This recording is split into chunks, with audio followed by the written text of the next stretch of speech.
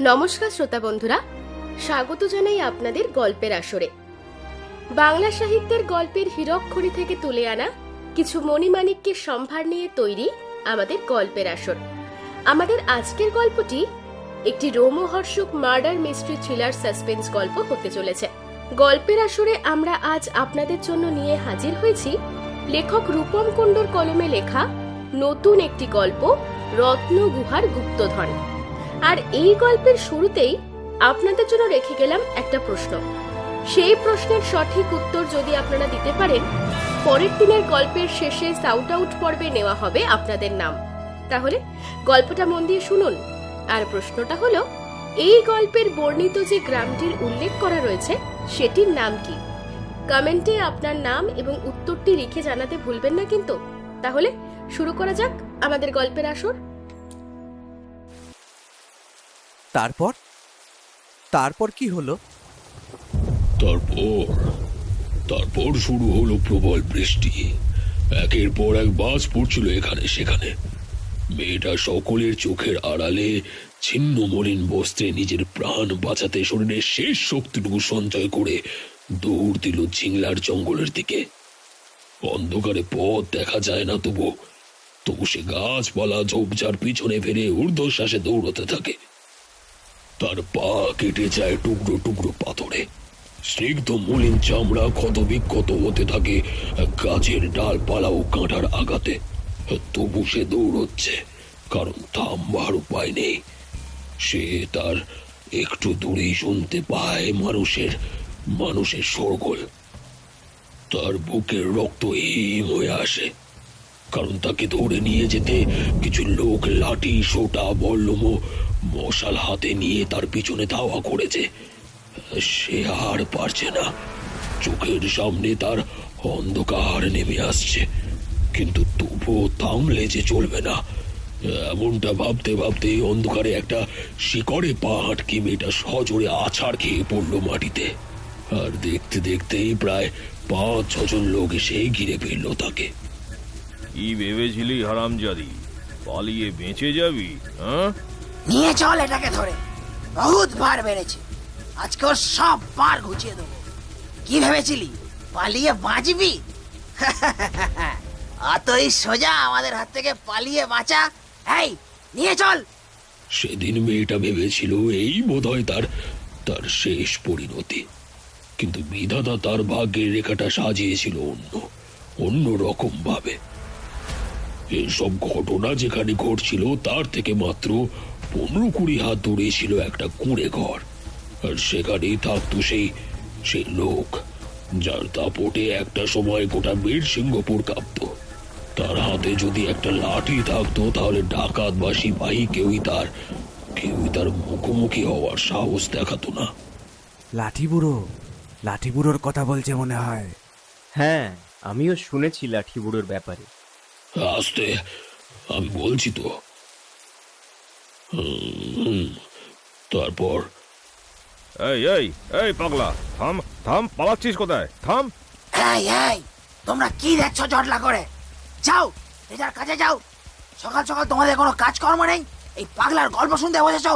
যাও বলছি, যে যার নিজের কাজে যাও। পারবে না, আমাকে ধরতে পারবে না। দেখি ধর আমাকে, দেখি। বাবু, এই পাগলাটা তো দুদ্দার করে দৌড়ে পালালো, একটু বেশি জোরে দৌড়ায়। কে গতকটা না বাড়ালে তুমিও পারতে। যত সব, এই পাগলটার কিছু একটা করতে হবে। লোকেরা আজকাল একটু বেশি কান দিচ্ছে ওর কথায়। বাবু, আপনাকে মালিক ডাকছিল। হ্যাঁ, তাড়াতাড়ি চলো। আমায় ডেকেছিলেন? বিশু, সকাল সকাল বাইরে কি নিয়ে এত শোরগোল হচ্ছিল? আবার ওই পাগলা এসেছে নাকি? আচ্ছা, ও কি বলতে চায় একবার শুনে নিলেই তো হয়। তোমরা তো শুনেছো কিসের ব্যাপারে কথা বলছে ও নিয়ে আপনি ভাববেন না, আমি সব দেখে নিচ্ছি। পাগলের প্রলাপ যা তা বলে। তা তোমাকে যে বললাম কলকাতায় গোয়েন্দা নিখিলেশ বক্সিকে একটা টেলিফোন করে দিতে, কাজটা কি হয়েছে? আগে হ্যাঁ, সে আমি করে দিয়েছি 2 দিন আগেই। উনি আজই আসবেন বলেছিলেন, যে কোনো মুহূর্তে চলে আসবেন। এত ঘাট ঘুরেও তো সেই কিছুই হলো না। ওই সেই একবার শেষ চেষ্টা করে দেখুক। আমি কি এখন আসতে পারি? এসো।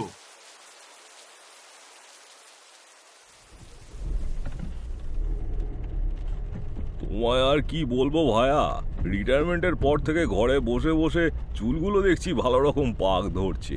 আর এই তোমার পাল্লায় পড়ে মাঝে মধ্যে বেরিয়ে পড়ি বলেই এখনো হাত পাগুলো সচল আছে, এই আর কি।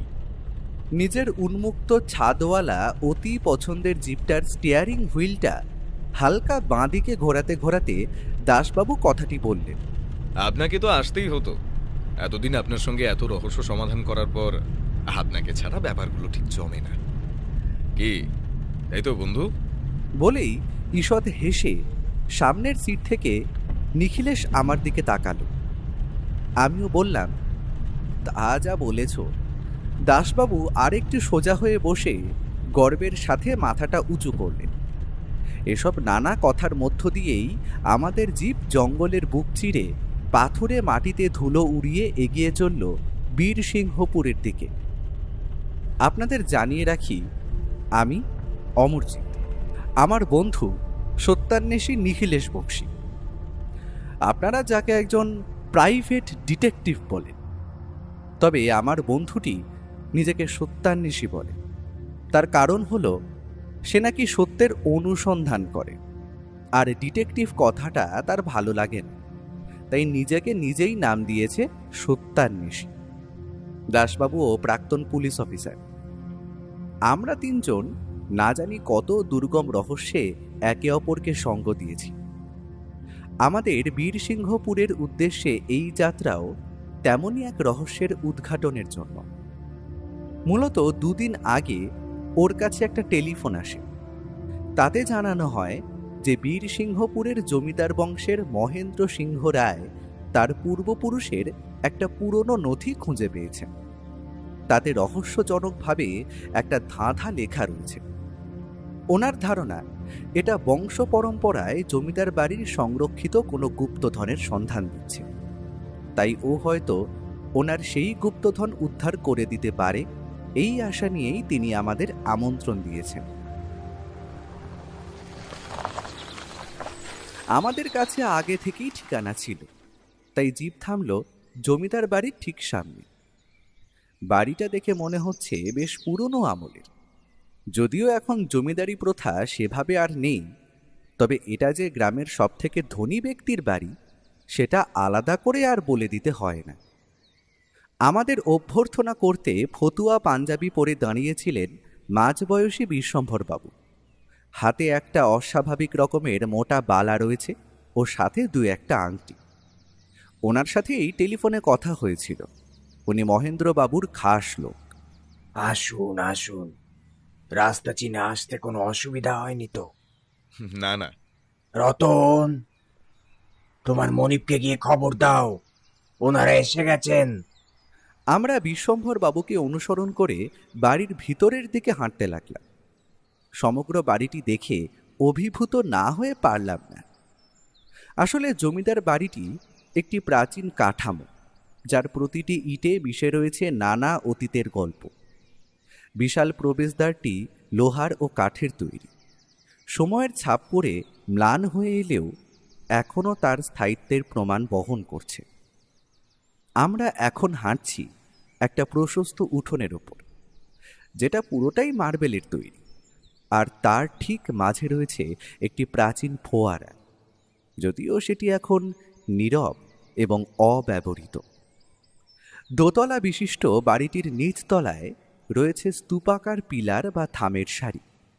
নকশায় মুঘল ও বাংলা স্থাপত্যের সংমিশ্রণ চোখে পড়ে।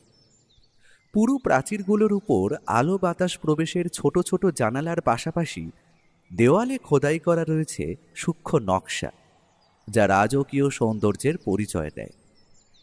বিশ্বম্ভরবাবু আমাদের প্রথমেই মহেন্দ্রবাবুর কক্ষে নিয়ে গেলেন।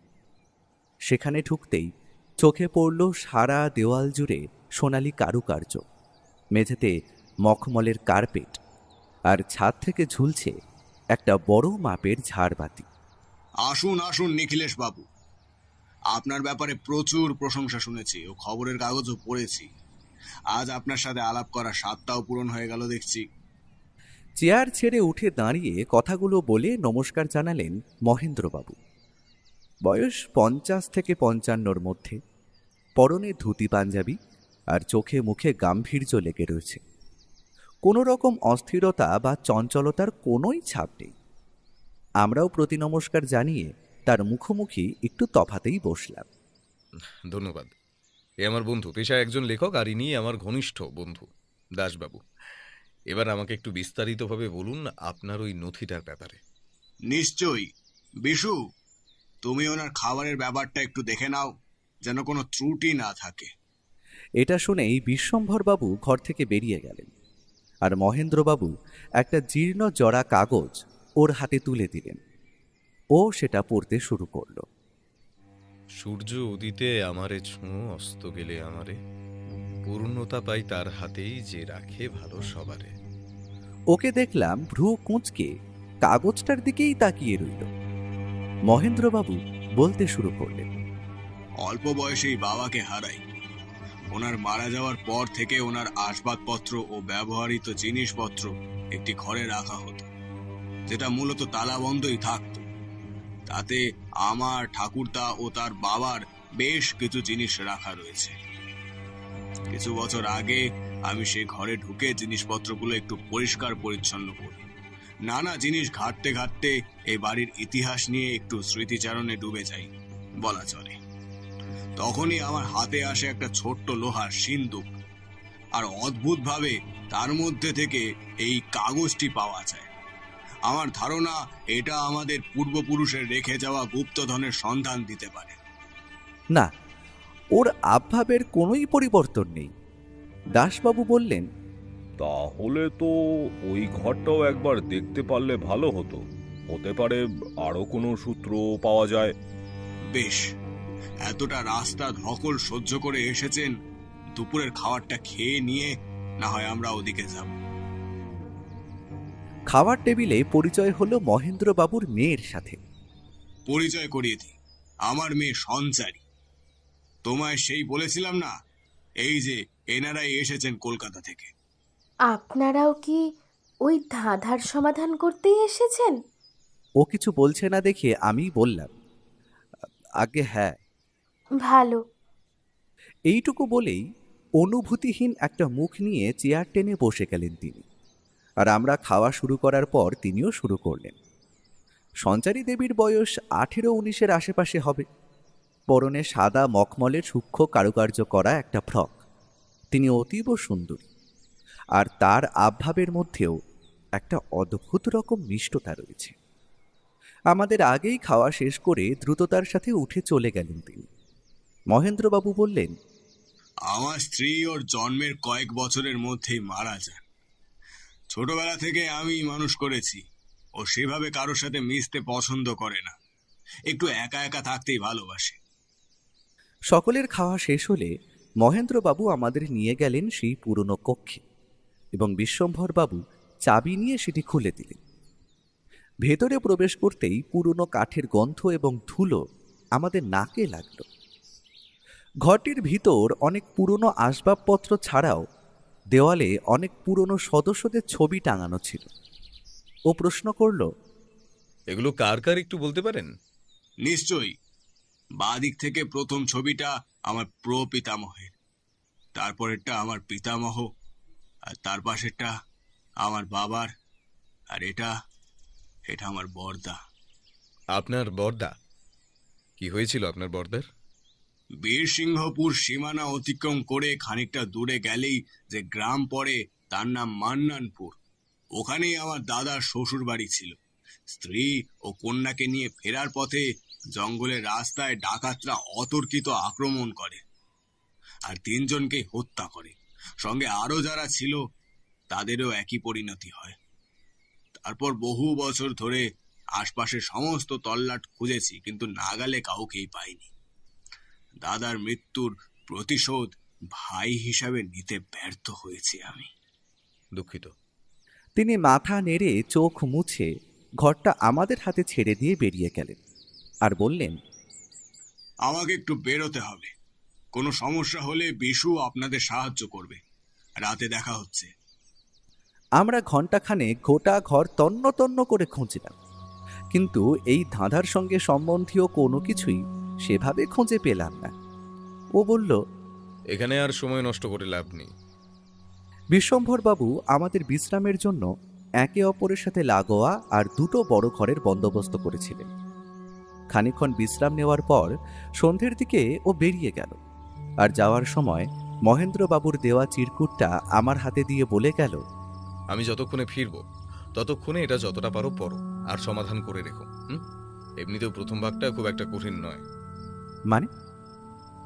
তার মানে কি ও ধাঁধার প্রথম বাগটা এর মধ্যেই ধরে ফেলেছে? আমিও আর সময় নষ্ট করলাম না। দাসবাবুর সাথে মিলে গোটা সন্ধে ভোর ধাঁধাটার চুলচেরা বিশ্লেষণ করে কাটিয়ে দিলাম। সূর্য উদিতে আমারে ছুঁয়ো, অস্ত গেলে আমারে, পূর্ণতা পাই তার হাতেই, যে রাখে ভালো সবারে। বারবার মাথার মধ্যে একই জিনিস ঘুরপাক খাইয়ে খাইয়ে শেষমেশ খানিকটা উদ্ধার করতে পারলাম। ওর দেখা পেলাম একেবারে রাতের খাবার টেবিলে। খাওয়া শেষ করে ঘরে এসে সে প্রশ্ন করল, তারপর কতটা সমাধান হলো? প্রথম লাইনটার মানে আমি খানিকটা ধরতে পেরেছি। আমি আর দাসবাবু মিলে মূলত দুরকম সম্ভাবনার কথা ভেবেছি। শুনি। দেখো, এক হতে পারে সূর্য উদয়ের সময় এমন কোনো বিশেষ জায়গা দেখা যায় যেটা অন্য সময় হয়তো দেখা যায় না। সেক্ষেত্রে সূর্যোদয়ের সময়ই আমাদের সেখানে পৌঁছতে হবে। আবার একই রকমভাবে সূর্য যখন অস্ত যায় তখন হয়তো একটা বিশেষ কোনো জায়গা আবিষ্কার করা সম্ভব, যেটা আমাদের সূর্যাস্তের সময়ই আবিষ্কার করতে হবে। আর আরেকটা? এমনও হতে পারে যে সূর্য যেদিকে ওঠে সেদিকে আমাদের কিছু খুঁজতে হবে। সেটা কোনো নির্দিষ্ট সময় নয়, যে কোনো সময়ই হতে পারে। আবার একইভাবে সূর্য যেদিকে অস্ত যায় সেদিকেও আমাদের কিছু একটা খুঁজতে হবে। মানে পূর্ব এবং পশ্চিম দুদিকেই আমাদের ধাঁধা সূত্র রয়েছে। বাহ, আপনারা দুটিতে মিলে একেবারে কামাল করে দিয়েছেন দেখছি। আমি বেশ খুশি হয়ে গেলাম। দাসবাবু দেখি মাথা উঁচিয়ে বলল, এত বছর পুলিশের চাকরিতে ছুটোছুটি করতে করতে মাথায় টাক পড়ার জো হলো, তাই এইটুকু তো করাই যায়। এ আর কি এমন? আর শেষে দুটো লাইন? সবই তো হলো, শুধু ওইখানটাতে গিয়েই একটু আটকে গেল। মানে ওই আর কি। পূর্ণতা পাই তার হাতেই, যে রাখে ভালো সবারই। এটার আক্ষরিক অর্থ তো খুবই সোজা, কিন্তু কি বোঝাতে চাইছে বা কোন দিকে ইঙ্গিত করছে সেটা ধরতে পারছি না। বেশ, যতটা করেছিস সেটাও কম নয়। কিন্তু তুমি সারা সন্ধে ভোর কোথায় কাটিয়ে এলে বলো তো? হ্যাঁ নিখিলেশ, তুমি কি কিছু জানতে পেরেছো? তাহলে আমাদেরও বলো। সেটা কালই বলবো না হয়, আজকে অনেক রাত হয়েছে, আর দেরি করে কাজ নেই। শুভরাত্রি। এই বলে সে ঘুমোতে চলে গেল। আমাদেরও অগত্যা সেটাই করতে হলো। পরদিন সকালবেলা ও বলল, সে নিয়ে আপনি নিশ্চিন্ত হয়ে যেতে পারেন দাসবাবু। বিশ্বম্বরবাবু আমাদের দুপুরে খাবারটা সঙ্গেই পাঠিয়ে দেবেন। তা বেশ, তা বেশ।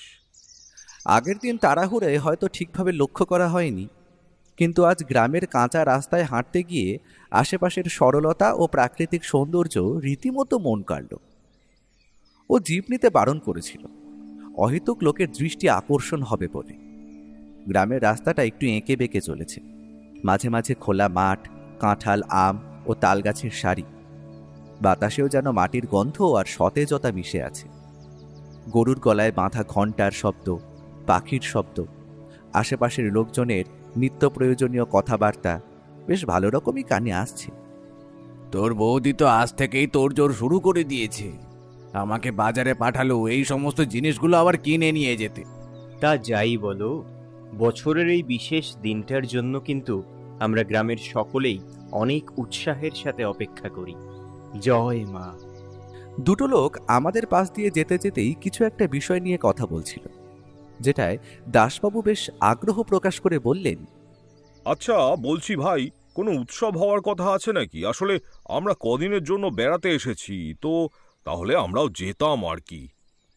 ও না না, গ্রামের দক্ষিণে যেতে একটা ঘন জঙ্গল পড়ে। সেই জঙ্গলেরই বেশ ভেতরের দিকে দেবী ঝিংলেশ্বরীর জাগ্রত মন্দির, 100 বছরেরও পুরনো। প্রতি বছর ধুমধাম করে কালকের দিনে পুজো হয়। আসলে মা সকলকে ভালো রাখেন, সকলে মঙ্গল করেন।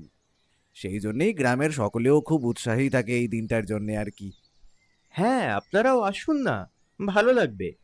তা আপনারা কার অতিথি? আমরা মহেন্দ্রবাবুর বাড়িতে উঠেছি গতকাল থেকে। ওর উত্তরটা শোনার পর যে লোক দুজনকে ভীষণ মিশুকে ও অমায়িক মনে হচ্ছিল, তারাই নিজেদের মধ্যে চোখাচোখি করে খুবই নিচু স্বরে কিছু একটা বলা কওয়া করে দ্রুততার সাথে স্থান ত্যাগ করল। এটা কি হলো? মহেন্দ্রবাবুর কথা শুনে লোক দুটো এভাবে চলে গেল কেন? একটু বেশি বড় বাড়ির অতিথি ভেবে হয়তো আমাদের সাথে সেভাবে আর কথাবার্তায় জড়াতে চাইনি। তা নিখিলেশ, তুমি তো বললে না আমরা কোথায় যাচ্ছি? গতকাল বেরিয়ে আমি খোঁজ নিয়ে দেখেছি জমিদার বাড়িটির ঠিক পূর্ব দিক বরাবর গ্রামের শেষ সীমান্তে একটা পুরনো ভগ্ন স্তূপাকার বাড়ি আছে, আর একইভাবে গ্রামের পশ্চিম সীমান্তে আছে একটা ভাঙা মন্দির। আমার আন্দাজ যদি সঠিক হয় তবে এই দুটো জায়গায় কিছু সূত্র পাওয়া গেলেও যেতে পারে। বুঝলাম ও এটার ব্যাপারে খোঁজ নিতেই কাল বেরিয়েছিল। গ্রামের সীমান্তের দিকে খানিকটা গেলেই গাছগাছালি এত ঘন হয়ে ওঠে যে ছোটখাটো জঙ্গল মনে হয়। সেখানে আশেপাশে 2-1টা বাড়ি ছড়িয়ে ছিটিয়ে থাকলেও লোকজন সেভাবে দেখা যায় না। তাই আমরা যত আমাদের গন্তব্যের দিকে এগোতে থাকলাম, ততই মানুষজন ও গ্রামের চিহ্ন যেন মলিন হয়ে এলো। হঠাৎই আশেপাশের ঝোপঝাড় থেকে একজন ঝাঁপিয়ে পড়ে আমাদের রাস্তা আটকে দাঁড়ালো। মুহূর্তের মধ্যে আমরা সজাগ হয়ে 3 জন 3 দিকে ছিটকে দাঁড়ালাম। একটা ছিন্ন মলিন বস্ত্রে, একমুখ দাড়ি, মাথা ভরা উস্কো খুস্কো চুল আর নোংরা কাপড় জড়ানো পাগলাটে কোছের লোক। দাসবাবু বিস্ময় কাটিয়ে দাপটের সাথে বললেন, এই কি হচ্ছে? হ্যাঁ, এটা কি ধরনের অসভ্যতা? এই দেখো, আমার কাছে রুটি আছে। তোমরা তোমরা রুটি খাবে? খাবে?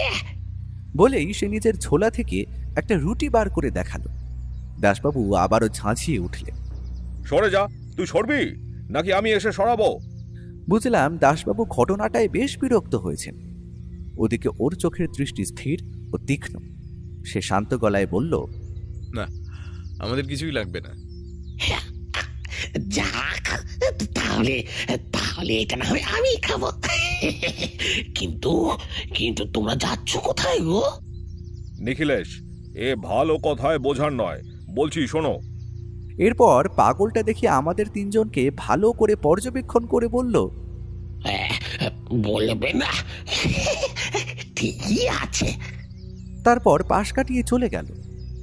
ও আবার দ্রুত বেগে হাঁটা লাগালো। আমরাও পিছু নিলাম। আরও খানিকক্ষণ হাঁটার পর শেষমেশ পৌঁছলাম সেই ভগ্নপ্রায় পুরনো বাড়িটির কাছে। সত্যি এটাকে বাড়ি কম একটা ভগ্নস্তূপ বলাই চলে। এসবই ভাবছি তখন ও বলল, গতকাল মহেন্দ্রবাবুর সঙ্গে কথা হতে উনি বললেন ওনার বাবার আমলে শিকার করতে এসে বিশ্রাম নেওয়ার জন্যই বাড়িটি ব্যবহার করা হতো। যদি ওনার ছোটবেলায় উনি এসব দেখেননি, শুধুই গল্প শুনেছেন আর কি। বহু বছর যে কোনো রক্ষণাবেক্ষণ হয়নি সে তো দেখেই বোঝা যাচ্ছে, কিন্তু আমরা এখানে খুঁজছিটা কি? কোনো পুরনো নথি, কোনো ধাঁধা, কোনো সূত্র, কোনো পাথর ফলক বা কিছু খোদাই করা সংকেত, যে কোনো কিছু থাকতে পারে। আমাদের সবটা তন্ন তন্ন করে খুঁজতে হবে। তবে হ্যাঁ, বাড়ির যে অবস্থা তাতে সাপখোপ বাসা বাঁধাটা খুব স্বাভাবিক। সে বিষয়ে সাবধান থাকতে হবে। আর মাথার উপর যেটুকু ছাদ বেঁচে আছে সেটিও যে কোনো মুহূর্তে ভেঙে পড়তে পারে। তাই আমি বলবো তুই আর দাসবাবু আশপাশটা ভালোভাবে দেখ, যদি কিছু পাওয়া যায়। বাড়ির ভেতরটা আমি দেখছি। এটা আবার কেমন কথা হলো? যথেষ্ট বড় জায়গা, সবাই মিলে খুঁজলে তাড়াতাড়ি হবে, আমিও সাহায্য করব। কিন্তু হ্যাঁ, আমি খেয়াল রাখবো, আমি কথা দিচ্ছি। তবে আর কি, লেগে পড়া যাক। আমরা খুঁজতে শুরু করলাম। বাড়িতে ঢুকতেই কতগুলো চামচিকে শব্দ করে এদিক ওদিক দিয়ে বিচ্ছিন্নভাবে বেরিয়ে গেল। গোটা বাড়িটা ময়লা আর ধুলোর পরত জমে বিবর্ণ হয়ে গেছে। কাঠের জানলাগুলোতেও শুধু ফ্রেমটাই অবশিষ্ট। পলেস্তারা খসে ইটের রুক্ষ চেহারা বেরিয়ে পড়েছে। দেওয়ালেও শ্যাওলার দাগ। তাদের কড়িকাঠগুলো ফাটল ধরে বেশ খানিকটা করে ঝুলে গেছে। সারা ঘর ভর্তি মাকড়সার জাল, কিছু কাছের পাত্র যা আজ ভাঙা। ঝাড়বাতিটাও এক কোণে হেলে পড়েছে। যা কিছু লোহার সামগ্রী তার সবেতেই মরচে পড়েছে। আমাদের খোঁজ চলল প্রায় কয়েক ঘন্টা ধরে। হঠাৎ বারান্দা থেকে একটু দূরের ঘরটায় দেখলাম দাসবাবু একটা চামচিকেকে মুখের সামনে থেকে তাড়াতে তাড়াতে অন্যমনস্ক হয়ে চৌকাঠে হোঁচট খেয়ে পাশের একটা আলমারিতে গিয়ে পড়লেন। সাথে সাথেই বহু পুরনো আলমারিটা প্রচণ্ড শব্দ করে পড়ল মাটিতে। তার অবশিষ্ট কাঁচগুলো ভেঙে টুকরো টুকরো হয়ে গেল। সাথে তার মধ্যেকার 2-4টে মরচে ধরা বাসনও গড়িয়ে পড়ল। ও পাশের ঘর থেকে দৌড়ে এলো। কি হলো, সবাই ঠিক আছে? এই মুখের সামনে থেকে চামচিকেটাকে তাড়াতে গিয়ে কি বিভ্রাট হয়ে গেল বলতো। এই বলে দাসবাবু ঘর থেকে বেরিয়ে গেলেন। মোটামুটি সব ঘরই দেখা শেষ। এবার কি করণীয় সেটাই ভাবছি। ঠিক তখনই ওকে দেখলাম পড়ে যাওয়া আলমারির পেছনের ধুলো মাখা দেওয়ালটা বেশ সূক্ষ্ম নজরে দেখতে লাগলো। বিভ্রাট নয় মশাই, আপনি কাজের কাজই করেছেন। বলে সেই ধুলোটা ভালো করে পরিষ্কার করতে দেখলাম দেওয়ালের গায়ে স্পষ্ট খোদাই করা রয়েছে 2টো লাইন। 4 পায়ে 4 টান দিলে গুপ্ত দুয়ার যাবে খুলে। আরেকটা ধাঁধা। কি বলছো গো নিখিলেশ? ও তার নোটবুকটা বার করে ঝটপট সেটা লিখে নিল। তারপর বলল, এবার যেখানকার জিনিস সেখানে আবার সুষ্ঠুভাবে রেখে দেওয়াই শ্রেয়। হাত লাগা। বলে আলমারিটা ধরে তুলতে লাগলো। 3 জনের প্রয়াসে সেটিকে আবার যথাস্থানে রাখা হলো। ও বলল, এবার পশ্চিমের ভাঙা মন্দিরে যাওয়ার পালা। আমরা ঠিক রাস্তাতেই আছি। আমারও মনে হয়েছিল আলমারিটা একবার সরিয়ে দেখলে হয়, তার মাঝেই এসব হয়ে গেল। যাক, একটা সমস্যা তো মিটলো। আপনার ওই চামচিকে ধন্যবাদ দিন। তা যা বলেছো।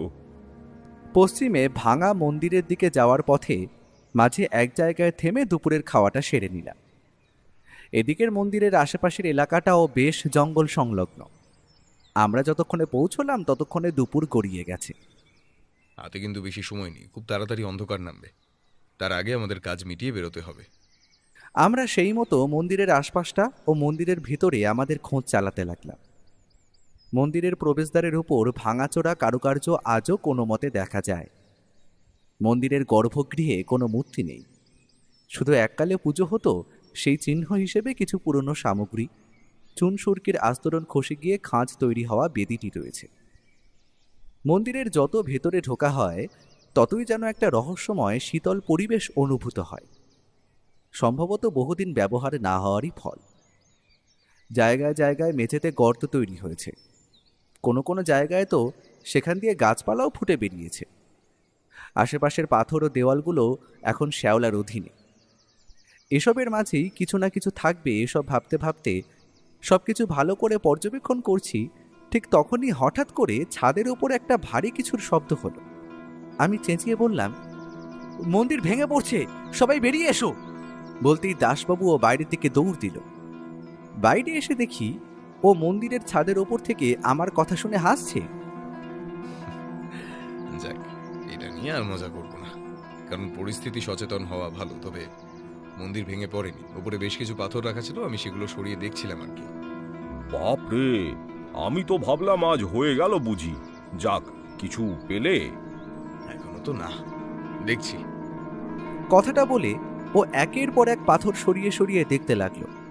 দাসবাবু বললেন, নিখিলেশ, এই মন্দিরটা তো বহু পুরনো মনে হচ্ছে। এত বড় মন্দির এরম পরিত্যক্ত পড়ে আছে। গতকালই কোথায় কোথায় যাব সেটা নিয়ে মহেন্দ্রবাবুর সঙ্গে কথা হচ্ছিল। উনি তখনই বললেন, আপনি পশ্চিমে যে ভাঙা মন্দিরটার ব্যাপারে জিজ্ঞাসা করছেন, আগে ওটাই ছিল দেবী ঝিংলেশ্বরীর আসল মন্দির। বাবার মুখে গল্প শোনা, ঠাকুরদা নাকি একদিন স্বপ্নাদেশ পান মন্দিরটিকে দক্ষিণের জঙ্গলের মাঝে প্রতিষ্ঠিত করতে হবে। প্রথমে তিনি বিষয়টা অতটা গুরুত্ব দেননি, কিন্তু পরে ভীষণভাবে অসুস্থ হয়ে পড়ে। শেষে যখন কবিরাজ বদ্যি অনেক করেও কোনো রকম কাজ করতে পারল না, তখন ওনার মনে হয় হয়তো স্বপ্নাদেশটা না মানার কারণেই এমন হচ্ছে। তাই শেষ চেষ্টা করতে নতুন করে জঙ্গলের মাঝে দেবীর মন্দির প্রতিষ্ঠিত করা হয়, আর জঙ্গলটার নাম হয় ঝিংলার জঙ্গল। পশ্চিমের মন্দিরের দেবী মূর্তিটাই নতুন মন্দিরে প্রতিস্থাপিত হয়েছে, আর অন্যদিকে পরিচর্যার অভাবে পড়ে থেকে পশ্চিমের মন্দিরটা নষ্ট হয়ে যায়। আর যদিও আমি এসব মানি না, কিন্তু ঠাকুরদার শরীর নাকি পুনরায় সুস্থ হয়ে গিয়েছিল এবং তারপর বহু বছর উনি বেঁচেও ছিলেন। ঠিক সেই কারণেই আজ মন্দিরটার এমন হাল, বুঝলেন দাসবাবু? বাহ, এর পিছনেও এত দারুণ ইতিহাস আছে। কিন্তু নিখিলেশ, এখানে এসে কাজের কাজ তো কিছুই হলো না। কে বলল? বলেই ও মন্দিরের সাথে লাগোয়া পিছনের একটা গাছের দিকে নির্দেশ করে বলল, গাছে উঠতে পারেন? তাহলে ওটা দিয়ে উঠে আসুন। এই বয়সে এসে আর যাই হোক গাছে উঠতে বলো না দয়া করে, ওটি একটু বাড়াবাড়ি হয়ে যাবে। কিন্তু আমার আর বুঝতে বাকি নেই ও নিশ্চয়ই এমন কিছু সন্ধান পেয়েছে যা এই রহস্য সমাধানে গুরুত্বপূর্ণ ভূমিকা পালন করতে পারে। কলকাতা শহরে থাকলেও এরকম পরিস্থিতির মোকাবিলা করার অভ্যেস ও আমাকে করিয়েছে, তাই আমার জন্য খুব একটা সমস্যা হলো না গাছ বেয়ে উঠে মন্দিরের উপরে পৌঁছতে। কিন্তু মন্দিরের উপরে ওঠার পর ও আমাকে যা দেখালো তা দেখে আমার বিস্ময় যেন কাটতেই চায় না। গোধূলিবেলার সামান্য আলোয় আমি দেখলাম ছাদের উপর খোদাই করে লেখা আছে, শিলারাশির ভার মুক্ত হতে সোনা মানিক পাবে ছুঁতে। ও তার ছোট্ট নোটবুকটা আবারও একবার বের করে সেটা লিখে নিল। তারপর তার উপরে যেমন তেমন পাথরটা আবার চাপা দিয়ে গাছ বেয়ে নিচে নেমে এলো। আমিও তাই করলাম। হঠাৎই লক্ষ্য করলাম পাশের জঙ্গলে একটা নড়াচড়ার শব্দ। আমরা একত্রে সেদিকে তাকাতেই দেখলাম একটা লোক দৌড়ে পালিয়ে গেল। এটা তো সেই পাগলটা নয়? না, খুবই স্বাভাবিক জামা কাপড় পরা অন্য একটা লোক, মুখে কালো কাপড় দেওয়া ছিল। তার মানে কি নজর রাখছিল এতক্ষণ? আমাদের কথা শেষ হতে না হতেই ও দৌড়ে গেল সেদিকে। আমিও তার পেছনে গেলাম, আর আমার পেছনে দাসবাবু। কিন্তু খানিকটা এগিয়ে এসেও আশেপাশে কাউকেই দেখা গেল না। ও শুধু বলল, বুঝলে ভাইয়া, রহস্যটা যতটা দেখা যাচ্ছে আসলে তার চেয়ে অনেক বেশি। এখন বাড়ি চল। বাড়ি ফিরে মহেন্দ্রবাবুর সাথে দেখা হয়ে গেল। তিনি তাড়াহুড়ো করে কোথাও একটা বেরোচ্ছিলেন।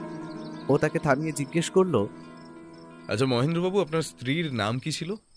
চোখের সামনে দেখলাম মহেন্দ্রবাবুর মুখটা হঠাৎ কেমন ফ্যাকাশে হয়ে গেল। তারপর আবার নিজেকে সংযত করে তিনি বললেন, শুক্লা দেবী। কেন বলুন তো?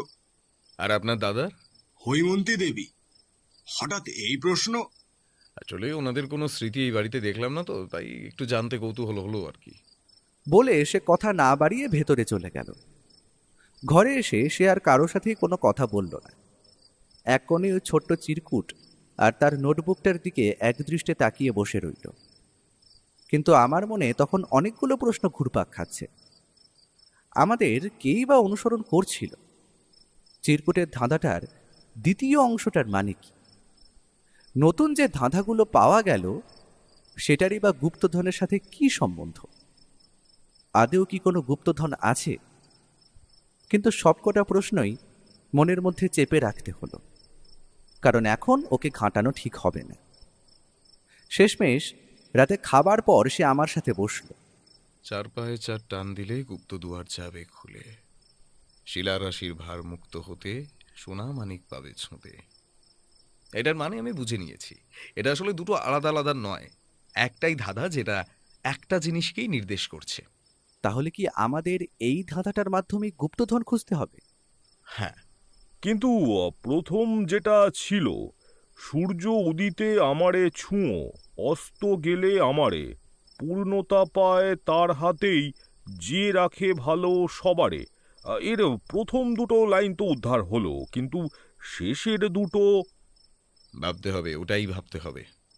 কিছু তো একটা জিনিস আছে যেটা দেখেও দেখা যাচ্ছে না, আর কোনো একটা স্থান বা কোনো একটা কিছু নির্দেশ করছে, যেটা পেলেই আমরা বাকি ধাঁধাটার মাধ্যমে আমাদের লক্ষ্যে ঠিক পৌঁছতেই পারবো। পূর্ণতা পাই তার হাতেই, যে রাখে ভালো সবারে। কি হতে পারে? আমি বলি কি, কাল তো একটা পুজো আছে। সবাই তো বলল দেবী ঝিংলেশ্বরী কতটা জাগ্রত, ওখানে বরং একটা পুজো দিয়ে আসি। হতেই পারে উনি কোনো রাস্তা দেখান। এতক্ষণ ও মাথা নিচু করে বসেছিল। হঠাৎ সে মাথা তুলে দাসবাবুর দিকে তাকাল। তার চোখ উজ্জ্বল হয়ে উঠেছে। ঠিক তো, ঠিকই তো বলেছেন। আমি এটা কি করে মিস করতে পারি? ছি ছি ছি ছি ছি।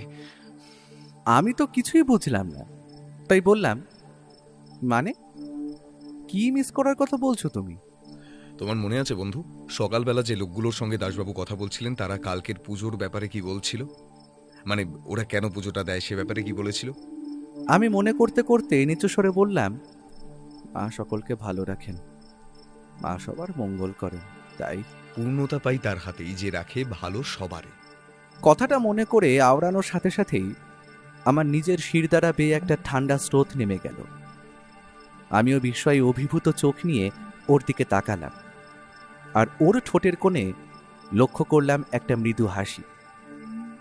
এই হাসিটার সাথে আমি পূর্ব পরিচিত। এটা রহস্য সমাধানের হাসি, সত্য উন্মোচনের হাসি। পরদিন সকালবেলা জলখাবার সেরে আমরা সোজা চলে গেলাম ঝিংলার জঙ্গলে। মন্দিরের কাছাকাছি যখন পৌঁছেছি তখন দেখি কালকে সেই পাগলটা দৌড়ে আমাদের দিকেই আসছে, আর পিছনে দু একটা কচিকাঁচা বাচ্চা ছোট ছোট ইটের টুকরো নিয়ে তাড়া করছে, আর দূরে মন্দির থেকে পুরোহিত মশাই চেঁচাচ্ছে, ওরম করিস নি রে তোরা, ওকে যেতে দে, ওরম করতে নেই। আমরা নিজেদের প্রস্তুত করি, তার আগেই পাগলটা এসে ধাক্কা মারল ওকে। কেউই পড়ল না, শুধু দুজন দুদিকে হালকা ছিটকে গেল। হালকা হেসে মাপছে এসে আবার দৌড়ালো পেছন পেছন বাচ্চাগুলো। ওর চোখের দৃষ্টি তীক্ষ্ণ থেকে তীক্ষ্ণতর হয়ে উঠল।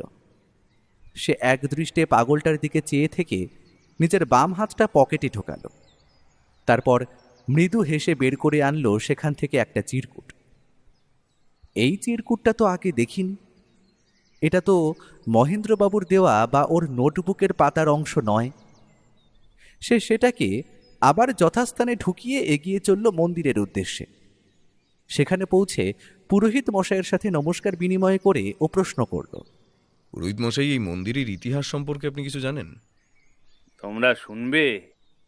আগে হ্যাঁ ঠাকুর মশাই, আপনি বলুন না।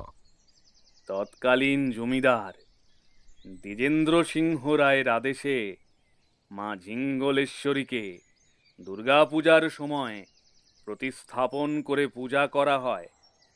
এই মন্দিরের মা ঝিঙ্গলেশ্বরী আমিষভোজী।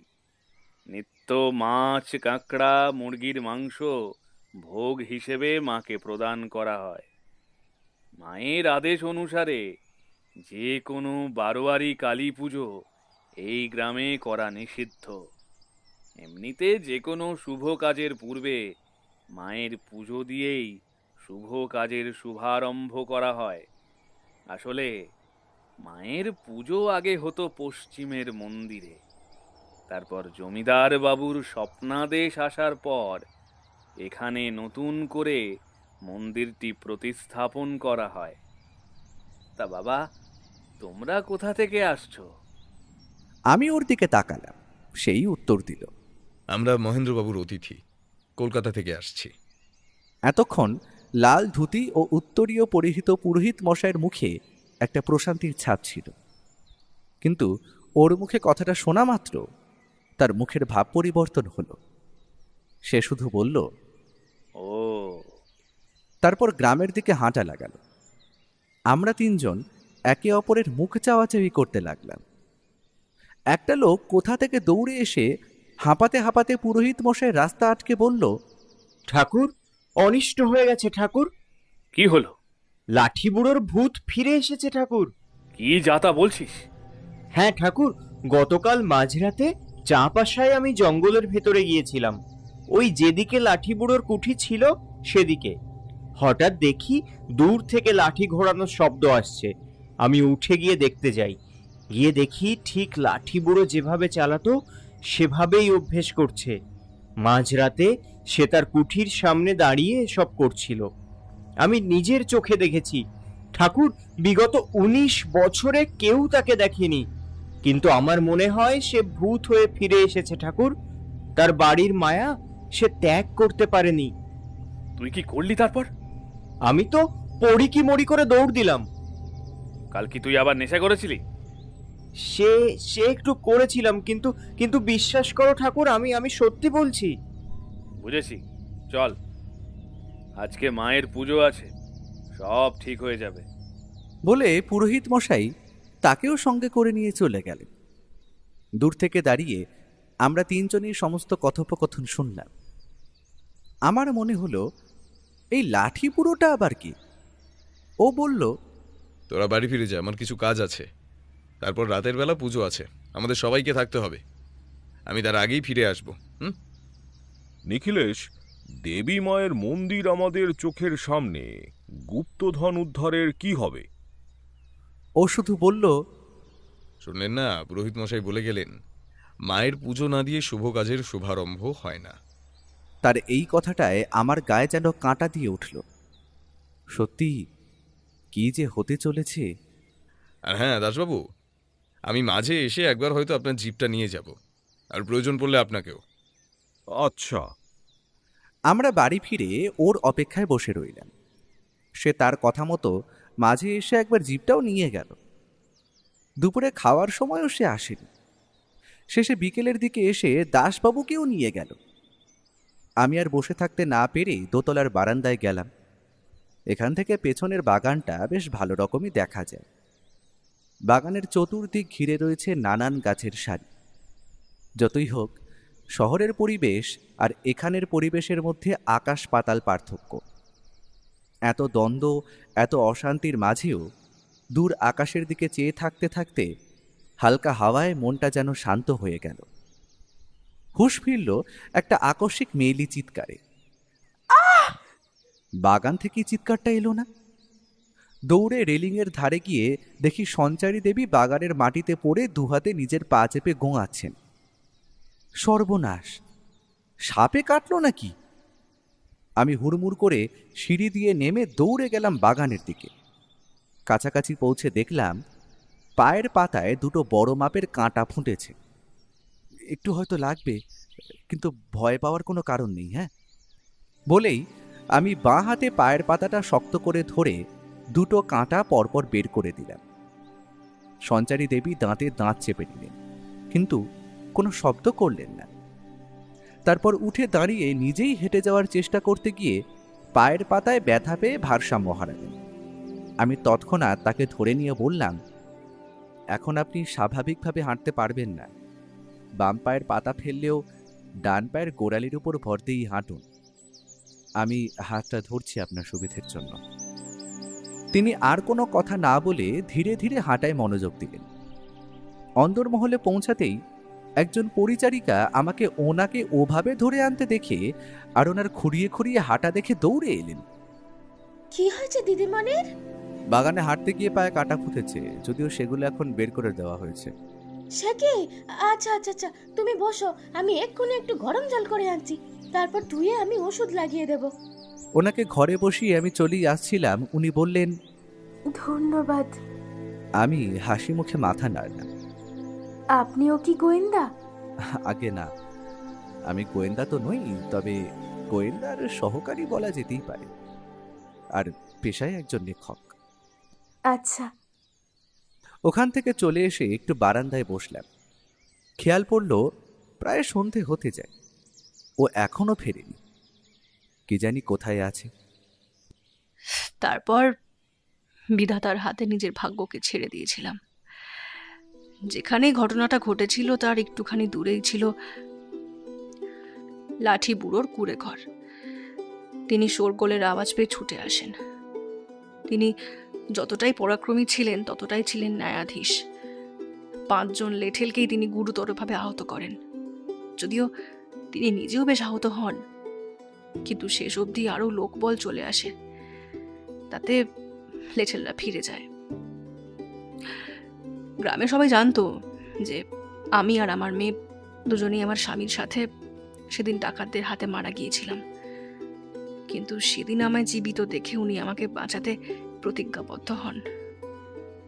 উনি আমার স্বামীকে ভীষণ শ্রদ্ধা করতেন, কারণ প্রথম জীবনে উনি ডাকাত ছিলেন, কিন্তু পরে আমার স্বামী ওনাকে সঠিক পথে নিয়ে আসেন, নিয়ে এসে কাছারিতে কাজ দেয়, একজন ভালো মানুষ হয়ে ওঠার জন্য সহায়তা করেন।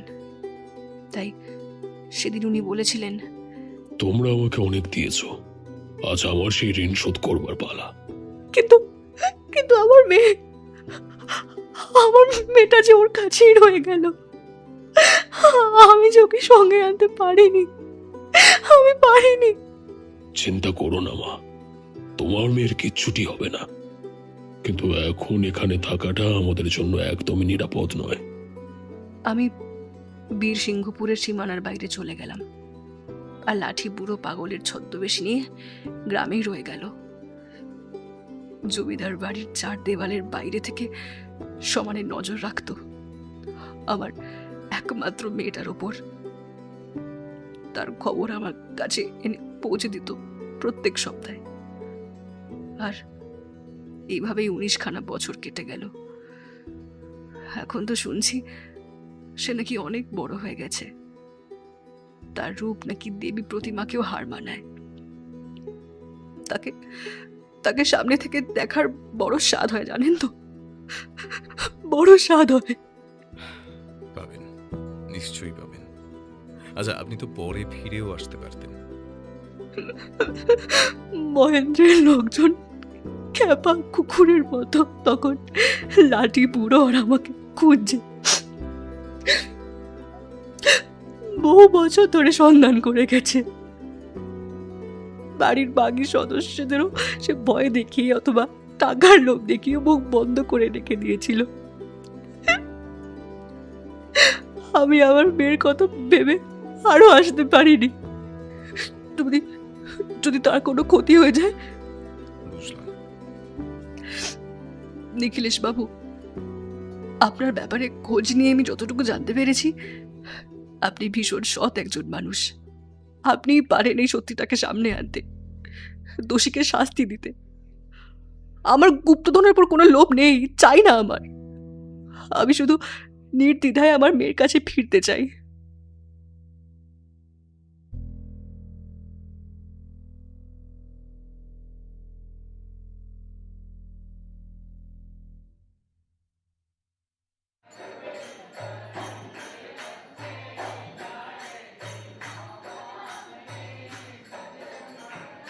एतत् सम्प्रदानाय श्रीमो सिंहलेश्वरै नमः। ॐ उद्युदादित्यमण्डल मध्यवर्तिन्यै नित्य चैतन्यदायिन्यै ईदमर्घं। ॐ ह्रीं सिंहलेश्वरै दिव्यै स्वाहा। कत्यायनी रङ्ग अपर्णस्रवः। ॐ ह्रीं हुं स्वस्तिनः। कत्यायनी रौङ् अपर्णस्रवा स्वस्तिनः। देवी हुं मेधामृतमयि। ॐ नः प्रत्यङ्गीरदेवता दधातु ह्रीं श्रीं फट् स्वाहा।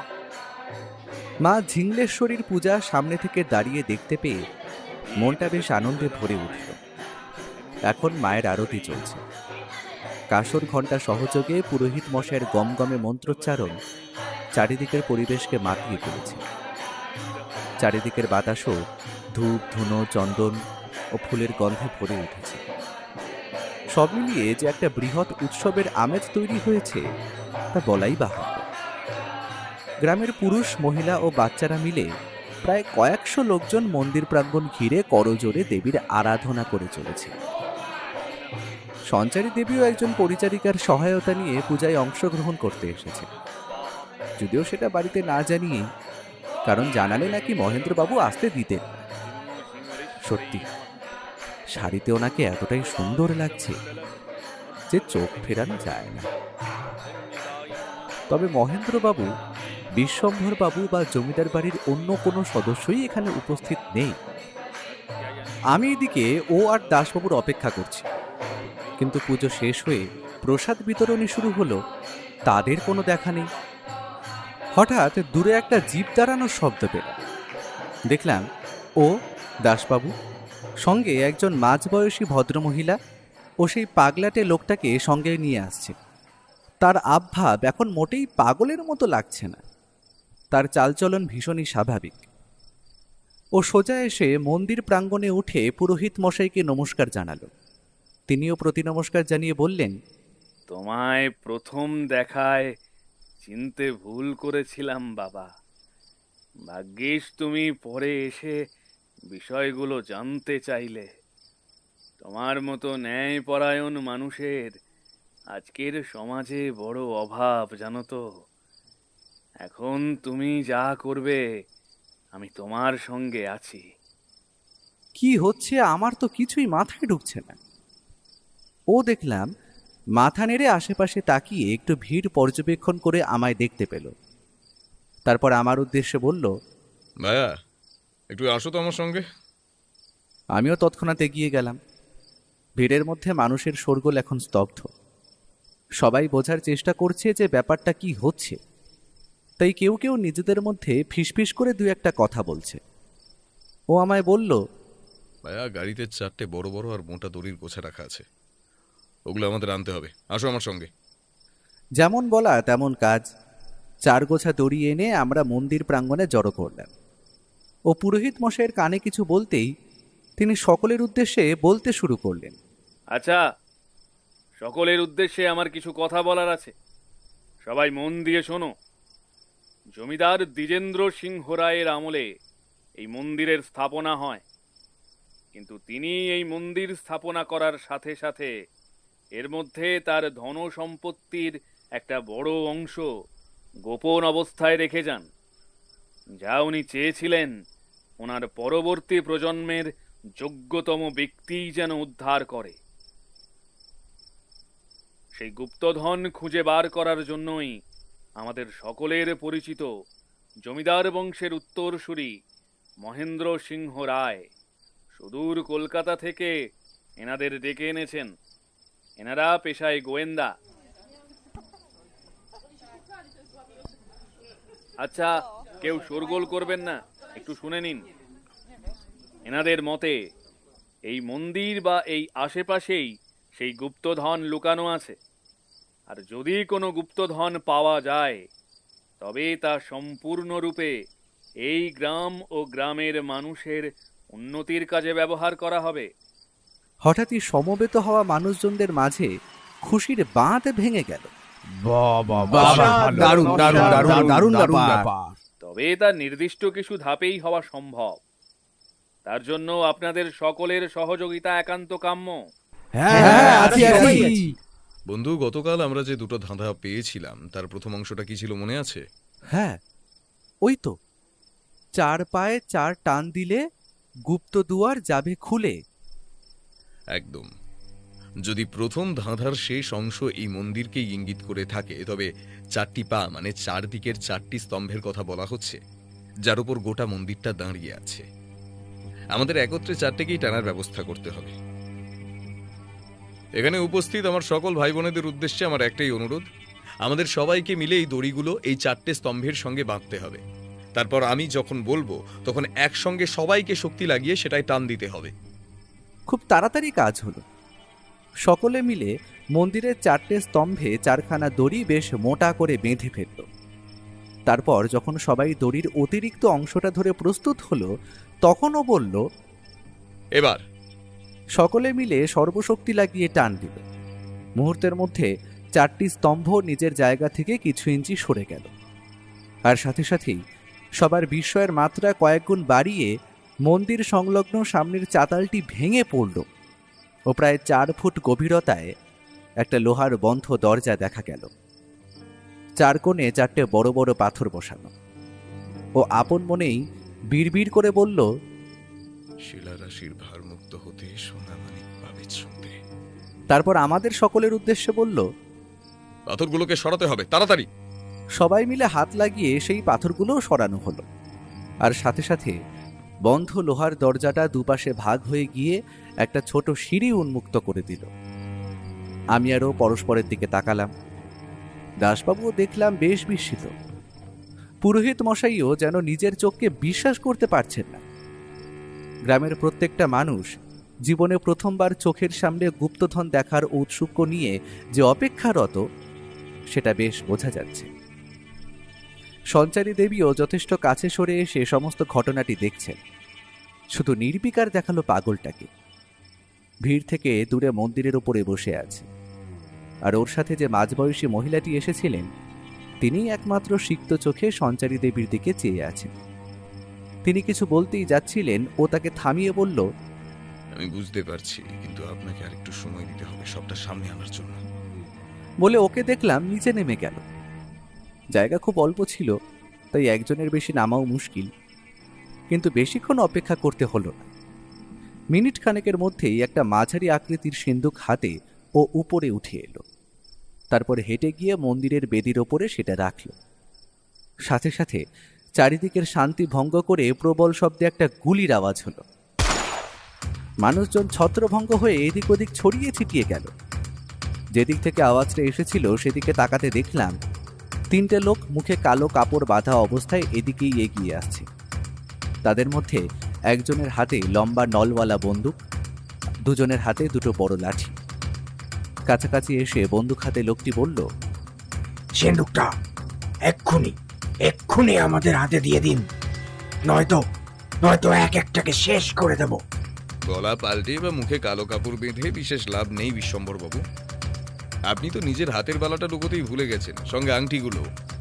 ঠিকই তো, লোকটার হাতে যে বালা বা আংটিগুলো আছে সেটা তো বিশ্বম্বর বাবু।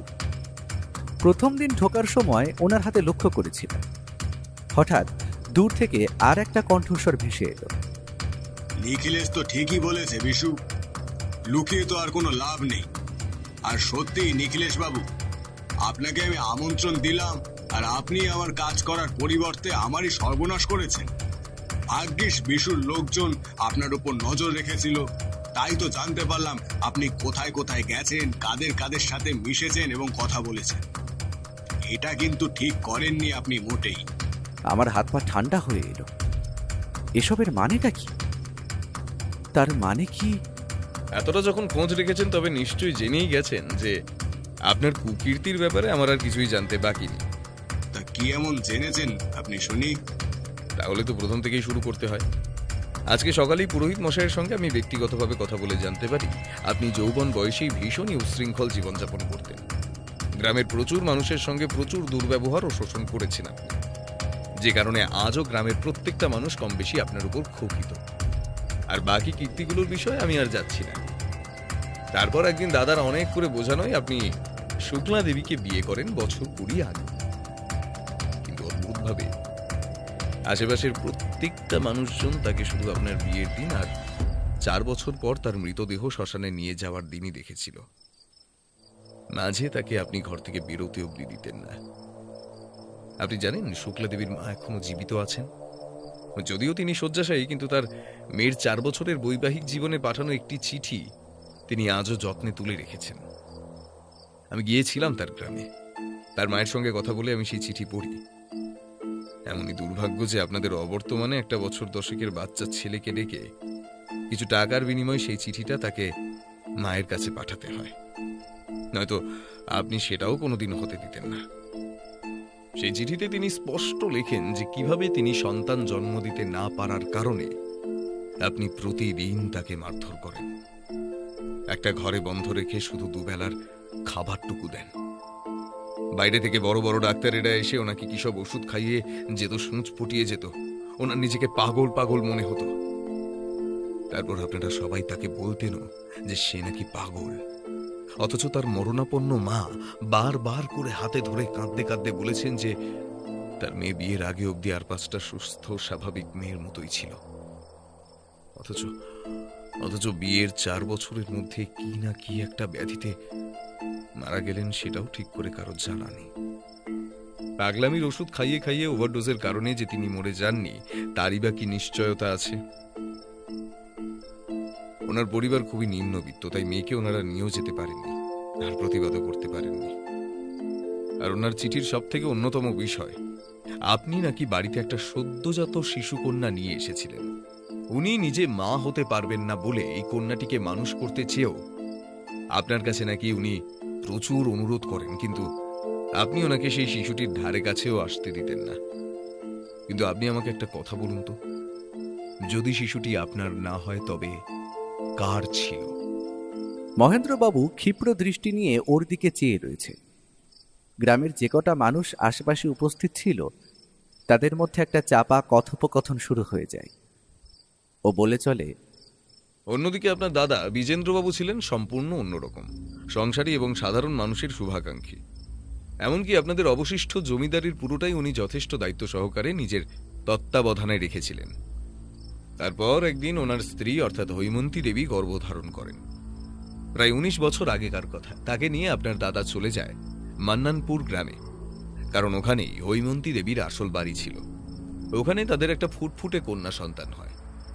আর ওখান থেকেই আপনার দাদা আপনাকে চিঠি লিখে জানান যে আপনি আপনাদের পূর্বপুরুষের একটা সিন্দুক থেকে পুরনো একটা নথি পেয়েছেন, যা কোনো গুপ্তধনের সন্ধান দিতে পারে।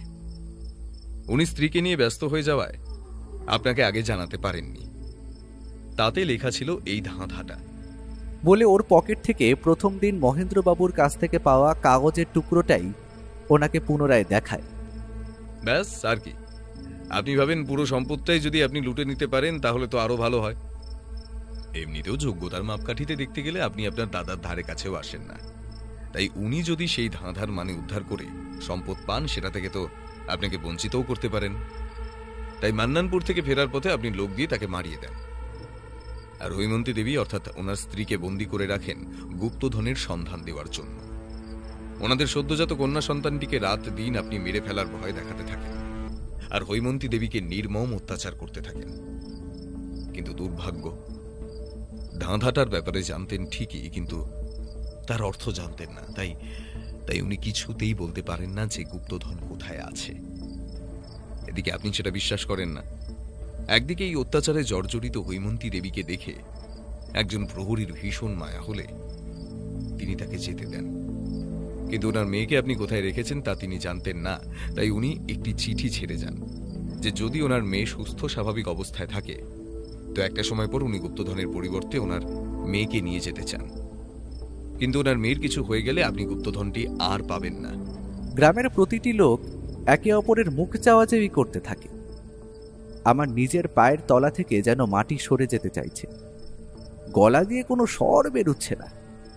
সেদিন রাতে প্রবল ঝড় বৃষ্টি হচ্ছিল। এই জঙ্গলের মধ্যে দিয়েই হৈমন্তী দেবী দৌড়চ্ছিলেন। আপনার লোকেরাও তার পিছু নেয়, কিন্তু মাঝে লাঠি বুড়ো এসে বাদ সাধে। তিনি সেদিন হৈমন্তী দেবীকে বাঁচিয়ে নেন এবং তাকে দূরে সকলের চোখের আড়ালে থাকার ব্যবস্থা করে দেন, আর নিজে পাগলের ছদ্মবেশ নিয়ে এই গ্রামে থেকে যান দূর থেকে তার জমিদারনির শিশুকন্যার সুরক্ষা নিশ্চিত করতে। দেখলাম এতক্ষণ যে লোকটাকে পাগল ভাবছিলাম সে মন্দির থেকে উঠে এসে নিজের দাড়ির মোটা একটা অংশ ও চুলের একটা অংশ খুলে ফেলে দিল। তার মুখের ওপর মাখা মাটিটাও খানিকটা ঝেড়ে ফেলে শির দাঁড়া সোজা করে দাঁড়াল।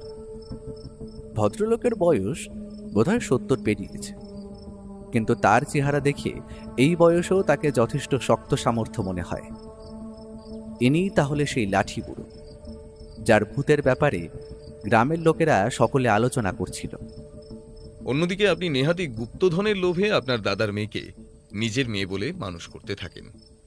পুণ্যের কাজ বলতে সারা জীবনের বোধহয় ওই একটি করেছেন আপনি। কোথাও না কোথাও আপনার আশা ছিল যে হৈমন্তী দেবী ফিরে আপনাকে গুপ্তধনের সন্ধান দেবে। যদিও এত বছরে আপনি নিজের মতো করে বহু চেষ্টা করেছেন হয়তো গুপ্তধন ও হৈমন্তী দেবীকে খোঁজার, কিন্তু আপনি ব্যর্থ হন। এবার ওর সাথে আসা মাঝবয়সী ভদ্র মহিলাটিও সামনে এসে মুখের ওপর থেকে কাপড়টা সরিয়ে দাঁড়ালো। কি চিনতে পারছেন? সাথে সাথেই মহেন্দ্রবাবু চিৎকার করে ওঠেন, হ্যাঁ তো কি হয়েছে? কান খুলে শুনে নিন নিখিলেশ বাবু, যে গুপ্তধনের জন্য আমি এত কিছু করেছি, আপনার মনে হয় আপনাকে আমি আর এই গুপ্তধনের মাঝে কোনো বাধা হতে দেব? ধরে আন ওদেরকে। কথাটা বলার সাথে সাথেই দুজন লাঠিয়াল এদিকে এগিয়ে আসে, আর সকল গ্রামবাসী উচ্চস্বরে প্রতিবাদ করে তাদের থামানোর জন্য অগ্রসর হয়। ঠিক সেই মুহূর্তেই আবারও একবার শূন্যে গুলি চালিয়ে অগ্রসরকারীদের দিকে বন্দুক নির্দেশ করেন বিশ্বম্ভরবাবু। মুহূর্তে ভিড় শান্ত হয়ে যায়। লাঠিয়াল দুজন এগিয়ে আসে। এক পাও কেউ এগোলে গুলি করে দেব, চুপচাপ দাঁড়িয়ে থাক, নিজের জায়গায় সব। লাঠিয়াল দুটো আরো খানিকটা আমাদের কাছাকাছি আসতেই লাঠি বুড়ো তাদেরকে রুখে দাঁড়ালো। একজন সজোরে প্রহার করলো তার উপর। সে এক হাতে সেই লাঠিটা ধরে তার হাত থেকে সেটা কাড়ার চেষ্টা করতে লাগলো।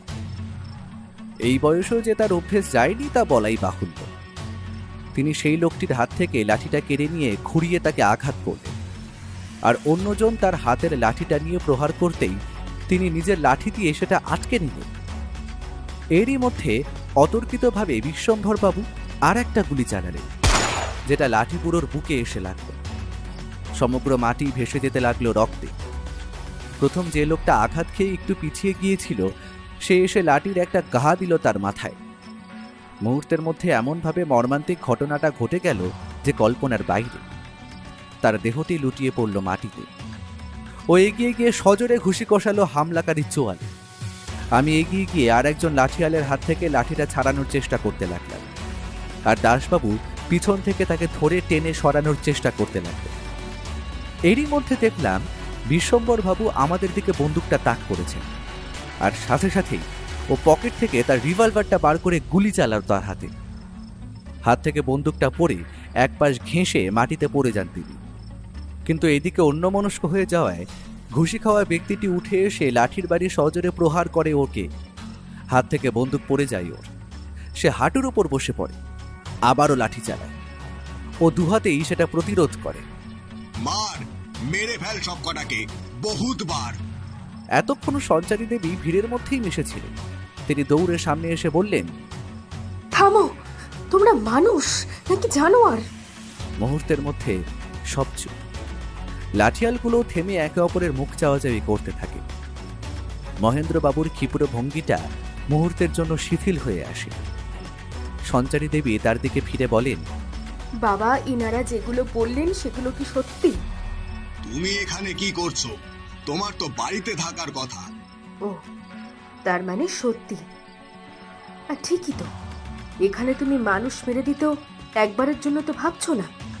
তাই ওই অপবাদগুলো সত্যি হলেও আমি অবাক হব না। কিন্তু আমি তো সারাটা জীবন তোমাকেই বাবা বলে ডেকেছি, আর তোমাকে তো আমি কখনো এভাবে দেখিনি। মহেন্দ্রবাবু কি করবেন বুঝতে পারেন না। তাকে ভীষণ অপ্রস্তুত দেখায়, সাথে লাঠিয়ালগুলোকে। সেই সুযোগে ও তার সামনে জনের পায়ের আঘাত করে তাকে ভারসাম্যহীন করে লাঠিটা কেড়ে নেয়। এদিকে আমি আর দাসবাবু লাঠিটা কেড়ে নিতে সক্ষম হই। ও তার হাতের বন্দুকটা তুলে ধরে। ঠিক তখনই দূর থেকে আরও কয়েকটা জিপের শব্দ হয়। পুলিশ এসে অবিচল মহেন্দ্রবাবু, দুই লাঠিয়াল ও বিশ্বম্ভর বাবুকে গ্রেফতার করে। শেষ হয় এক ভয়ঙ্কর যুদ্ধ।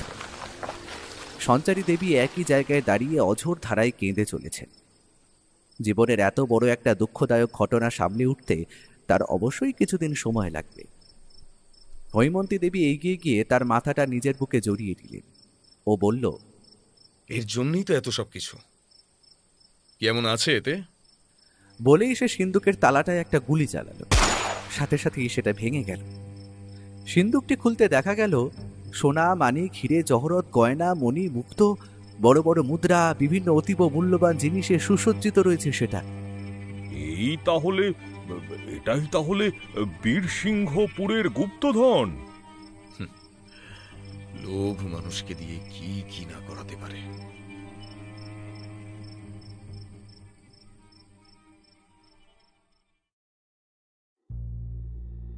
বীরসিংহপুর থেকে আমরা ফিরে এসেছি 1 মাস হতে চলল। হৈমন্তী দেবী চিঠি লিখে জানিয়েছেন সঞ্চারী দেবীর অবস্থা আগের থেকে বেশ খানিকটা স্বাভাবিক হয়েছে। গুপ্তধনের সমস্ত সম্পত্তি তিনি লাগিয়ে দিয়েছেন গ্রামের রাস্তা তৈরি, স্কুল তৈরি, হাসপাতাল তৈরি ও আরও বিভিন্ন উন্নয়নের কাজে। গ্রামের প্রতিটি মানুষ ওনাদের পরিবারকে, ওনার মেয়েকে আশীর্বাদ আর শুভকামনাতে ভরিয়ে দিয়েছে। এটুকুকে সম্বল করেই বাকি জীবনটা সবার সাথে মিলেমিশে ওনারা কাটিয়ে দেবেন এমনটাই আশা রাখেন। আর হ্যাঁ, ভবিষ্যতে ওনার মেয়ের বিয়েতে আমাদের সবাইকে অবশ্যই আমন্ত্রণ করবেন এমনটাও উনি জানিয়েছেন। এছাড়া ওনার মেয়ের সাথে ওনার পুনর্মিলন, ওনার জীবনের এবং সকল গ্রামবাসীদের জীবনের এত বড় একটা পরিবর্তন এবং দোষীকে শাস্তি দেওয়ার মতো অসামান্য কাজের জন্য উনি একটা খামে মোটা অঙ্কের পারিশ্রমিকও পাঠিয়েছেন। আর বলেছেন উনি এবং সমগ্র বীরসিংহপুর গ্রাম চিরকাল ওর কাছে ঋণী হয়ে থাকবে। আর যদি আমাদের কখনো বীরসিংহপুরের কথা মনে পড়ে, তাহলে যেন নির্দ্বিধায় আমরা ওনার অতিথি হয়ে ওখানে যাই। আমি আমার এসব অভিজ্ঞতার কথাই ডায়েরিবদ্ধ করছিলাম। ও ঘরে এসে বলল, উত্তর বুঝিয়ে নাও ভাইয়া। দু একদিনের মধ্যেই যে আবার আমাদের বেরোতে হবে। নেপালের পশুপতিনাথে আমাদের পুরনো বন্ধু আছে, এক্ষুনি টেলিফোনে কথা হলো, আমরা গিয়ে ওর ওখানেই উঠছি। সঙ্গে দাসবাবুও থাকবেন। বাহ, তবে তো বেশ ভালো ব্যাপার। আচ্ছা শোনো না, এই বীরসিংহপুরের অভিজ্ঞতার ব্যাপারে লিখছিলাম, সংকলনটার কি নাম দেওয়া যায় বলো তো? বীর সিংহের গুপ্তধন দিতে পারো। বেশ, তাই দি, বীরসিংহপুরের গুপ্তধন।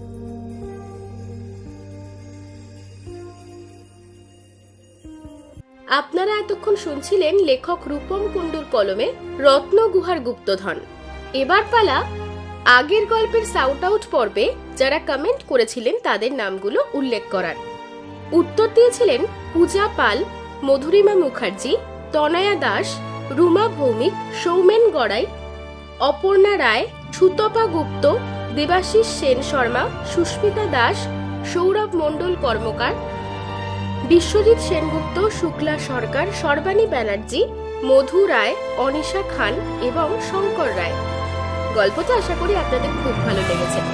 আর ভালো লাগলে কি করতে হবে?